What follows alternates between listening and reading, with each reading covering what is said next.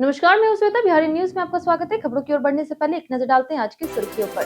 बिहार में technical education को मिलेगा बड़ा बूस्ट। इंजीनियरिंग और पॉलिटेक्निक कॉलेजों में अब मुफ्त मिलेगी एआई की पढ़ाई। नेस्कॉम के साथ एमओयू से युवाओं को मिलेगा बेहतर प्लेसमेंट। खेती की लागत के आधार पर बढ़ेगी केसीसी ऋण सीमा। भारतीय रिजर्व बैंक के मसौदे में हुआ बड़ा बदलाव। अब 6 साल की होगी वैधता।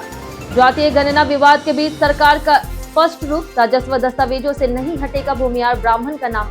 अवैध कब्जों पर भी होगी सख्त कार्रवाई। आंगनबाड़ी बच्चों के लिए बड़ी सौगात। 2 लाख से अधिक बच्चों को आंगनबाड़ी में मिलेगा 2 सेट पोशाक। 300 करोड़ ऋण से बनेंगे 2500 नए केंद्र। टीम इंडिया में जगह बनाने के लिए वैभव सूर्यवंशी ने बदली लाइफस्टाइल। नॉनवेज से आकर अपनाया शाकाहारी खाना।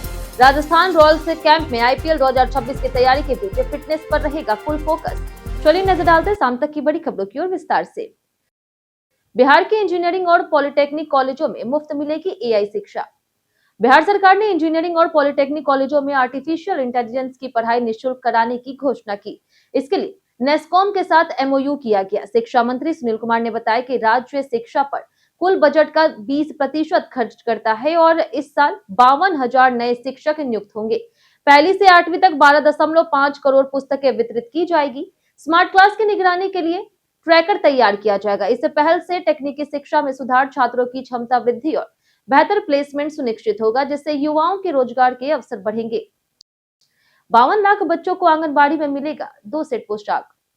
समाज कल्याण मंत्री मदन सहनी ने विधान परिषद में बताया कि इस साल अप्रैल मई तक आंगनबाड़ी केंद्रों के 52 लाख बच्चों को 2 सेट पोशाक उपलब्ध कराई जाएगी, जिसके लिए 213 करोड़ रुपए और 1 लाख मीटर से अधिक कपड़ा स्वीकृत किया गया। कामकाजी महिलाओं के बच्चों के लिए 490 केंद्रों में पालना घर की व्यवस्था की गई है। नाबार्ड से 300 करोड़ रुपए ऋण लेकर 2500 आंगनबाड़ी केंद्रों का चरणवार निर्माण होगा, जिसमें नवादा में 60 नए केंद्र शामिल है। इसके साथ ही विधानसभा अध्यक्ष ने नए आवासीय परिसर में हरियाली, सौर ऊर्जा, वर्षा जल संचयन और बुनियादी सुविधाओं की समीक्षा की। खेती की लागत अनुसार बढ़ेगी अब केसीसी ऋण सीमा। किसानों के लिए बड़ी राहत की खबर है। किसान क्रेडिट कार्ड योजना में प्रस्तावित बदलाव के तहत अब इसकी वैधता 5 के बजाय 6 वर्ष होगी। भारतीय रिजर्व बैंक के मसौदे ने ऋण सीमा को खेती की लागत यानी कि स्केल ऑफ फाइनेंस से जोड़ने और फसल चक्र के अनुसार चुकौती अवधि तय करने का प्रस्ताव रखा है।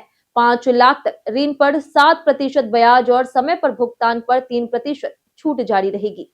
लंबी अवधि वाली फसलों को 18 माह तक चुकौती समय दिया जाएगा। साथ ही केसीसी को यूपीआई से जोड़ने और एग्रीटेक खर्च शामिल करने की भी योजना है। राजस्व दस्तावेजों से नहीं हटेगा भूमिहार ब्राह्मण का नाम। बिहार के उप मुख्यमंत्री और राजस्व और भूमि सुधार विभाग के मंत्री विजय कुमार सिन्हा ने स्पष्ट किया है कि बिहार के राजस्व और भूमि सुधार विभाग के सरकारी दस्तावेजों से भूमिहार ब्राह्मण का नाम नहीं हटाया जाएगा। विधानसभा के बजट सत्र में उठे सवाल के जवाब में उन्होंने कहा कि विभागीय अभिलेखों में पहले की तरह भूमिहार ब्राह्मण ही दर्ज रहेगा और इसमें कोई बदलाव या फिर छेड़छाड़ नहीं होगी। 1931 के जनगणना और 2023 की जातीय गणना को लेकर के उठे विवाद के बीच मंत्री ने साफ संदेश दिया कि राजस्व रिकॉर्ड में पारंपरिक प्रविष्टि बरकरार रहेगी।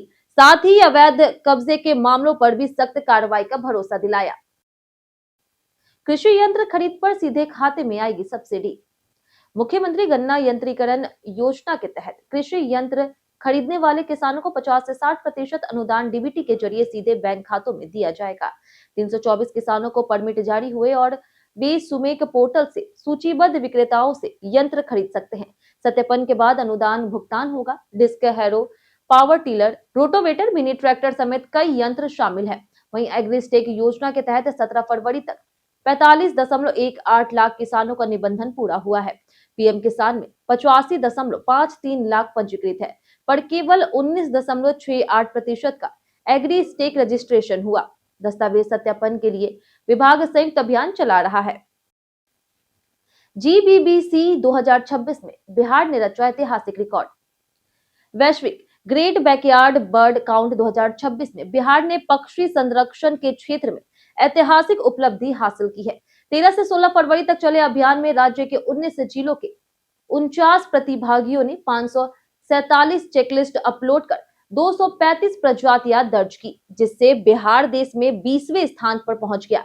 नालंदा जिला राज्य में प्रथम रहा। राजगीर में अत्यंत संकटग्रस्त भारतीय गीत का दिखना बड़ी उपलब्धि माना गया। वहीं डिजिटल प्लेटफॉर्म ई बर्ड के माध्यम से आंकड़े दर्ज किए गए। 2021 की तुलना में इस वर्ष भागीदारी और प्रजातियों की संख्या में उल्लेखनीय वृद्धि हुई। बिहार में एथेनॉल प्लांट बंद नहीं होने देगी सरकार। उद्योग मंत्री दिलीप जायसवाल ने विधान परिषद में कहा कि बिहार में देश के सबसे अधिक अनाज आधारित एथेनॉल प्लांट स्थापित है और सरकार एक भी प्लांट बंद नहीं होने देगी। उन्होंने आश्वासन दिया कि एथेनॉल की बिक्री व्यवस्था और कोटा बढ़ाने की दिशा में कदम उठाए जा रहे। उत्पादन घट करके 50% रह जाने और मक्का की कीमत 21 से 22 रुपए से गिरकर 13 से 14 रुपए होने पर चिंता जताई गई। मंत्री ने बताया कि राज्य प्रतिनिधिमंडल ने केंद्रीय पेट्रोलियम मंत्री हरदीप पुरी से मुलाकात की है। बिहार में 11 प्लांट केंद्र में समझौता वाले 8 बिना समझौते के संचालित हैं। गंगा बेसिन नदियों का 7 दिन पहले मिलेगा पूर्वानुमान। जल संसाधन विभाग गंगा बेसिन की नदियों के पानी का 7 दिनों का पूर्व अनुमान शुरू करेगा। मात्रात्मक वर्षा पूर्वानुमान के आधार पर बाढ़ प्रबंधन की रणनीति पहले से तैयार की जाएगी। पिछले वर्ष बाढ़ अवधि में यह मॉडल सफल रहा, इसलिए अब इसे नियमित रूप से लागू किया जाएगा। कोसी, बागमती, महानंदा, सोन, पुनपुन सहित 11 नदियों को योजना में शामिल किया गया। इससे उत्तर बिहार में हर साल आने वाली बाढ़ से बचाव, तटबंधों की सुरक्षा और लोगों की समय पर निकासी में मदद मिलेगी। राज्य का 68.80 लाख हेक्टेयर क्षेत्र बाढ़ प्रभावित है। पिछले साल 27 स्थानों पर तटबंध टूटे थे, जिससे विभाग सतर्क है। खाद की कालाबाजारी करने वालों पर होगी सख्त कार्रवाई। राज्य विधानसभा में खाद की कालाबाजारी का मुद्दा उठाया गया, जिस पर पक्ष विपक्ष ने चिंता जताई कि किसानों को ऊंची कीमत पर खाद मिल रही है। कृषि मंत्री रामकृपाल यादव ने सख्त कार्रवाई का आश्वासन देते हुए बताया कि अब तक 104 प्राथमिकी दर्ज की गई है और 419 विक्रेताओं के लाइसेंस रद्द किए गए हैं। सरकार तय कीमत पर खाद उपलब्ध कराने के लिए निगरानी कर रही। मंत्री ने यह भी कहा कि कोई पात्र किसान योजनाओं से वंचित नहीं होगा। 45.19 लाख किसानों की फार्मर आईडी बन चुकी है और घर घर अभियान जारी है। बेहतर उपलब्धि पर राज्य को 500 करोड़ रुपए का पुरस्कार मिलेगा। सीडेक के साथ समझौते से एम्स में लागू होगा एआई। एम्स पटना ने स्वास्थ्य सेवाओं और रोग पहचान में सुधार के लिए सीडेक पटना के साथ एआई आधारित तकनीकों के उपयोग का समझौता किया। यह घोषणा इंडिया एआई इम्पैक्ट समिट 2026 में हुई। समझौते के तहत medical report, X ray, CT scan और लैब जांच के विश्लेषण में एआई का उपयोग किया जाएगा, जिससे रोगों की तेज और सटीक पहचान संभव होगी।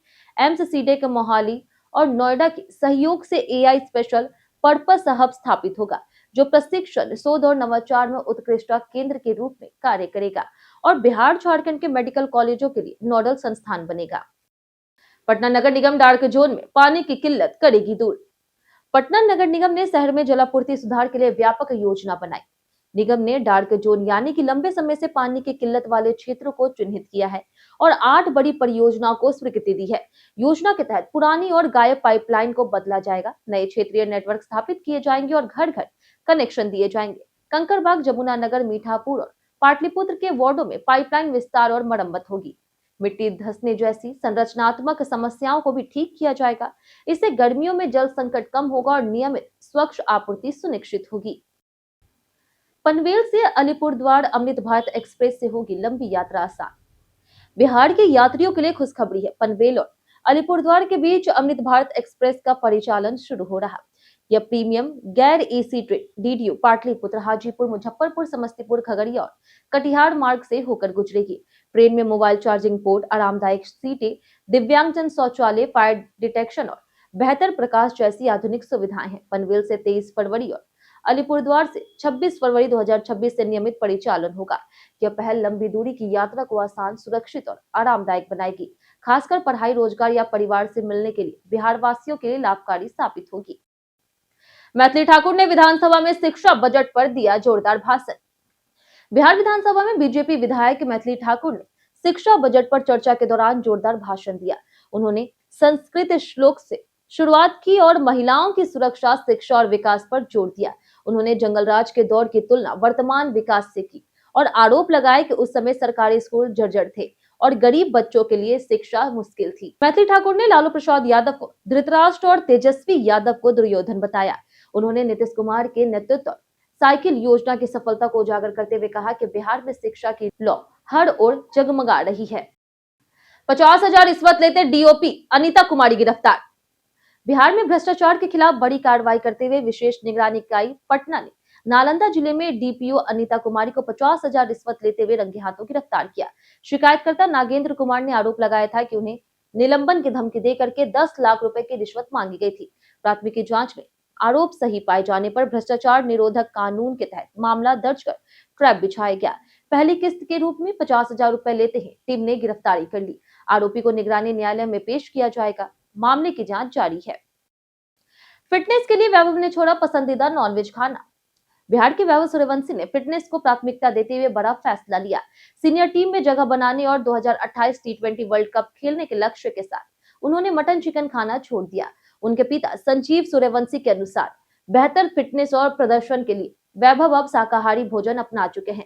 पहले उन्हें मटन चिकन बेहद पसंद था, लेकिन अब वे दाल, हरी सब्जी और पनीर खा रहे हैं।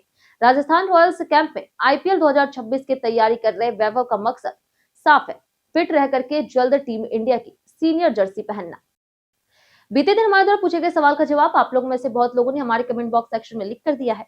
जिन्होंने हमारे द्वारा पूछे गए सवाल का जवाब दिया उनके नाम है बाबूलाल मरांडी, राजकिशोर महतो, राकेश मिश्रा, अनवर करीम खान, नगेंद्र कुमार, लक्ष्मी मेहता, नौशाद रजा, राम बाबू दास, पीके सिंह, संजीव कुमार, नरेंद्र कुमार, दिलीप कुमार, रवि मोहन वर्मा, नंदन कुमार, दीपक कुमार, हरेंद्र सिंह, राहुल कुमार, विनोद शाह, मुकेश कुमार, अमरजीत यादव, वरुण पटेल, रंजय तिवारी, कौशलेंद्र कुमार, मनोज दास और अमित कुमार।